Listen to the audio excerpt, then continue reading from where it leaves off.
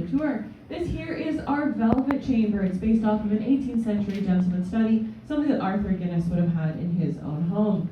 And speaking of Arthur Guinness, if you look towards the back wall, you'll see a portrait of the man himself, our founder, and the reason we're all here today. It's actually the only known portrait that we have of him. As we know, he was a very busy man, didn't always have time to sit for portraits. If you look towards the opposite wall, you'll see two more portraits. The one on the left is Arthur Guinness II, one of Arthur Guinness's 21 children. As I said, he was a very busy man. The portrait beside that is Sir Benjamin Lee Guinness. He's Arthur's grandson, and he's the first one who started using that iconic Guinness harp in our logo. But now that we have the family history out of the way, we're going to get to the part that we're almost excited about, which is tasting that Guinness.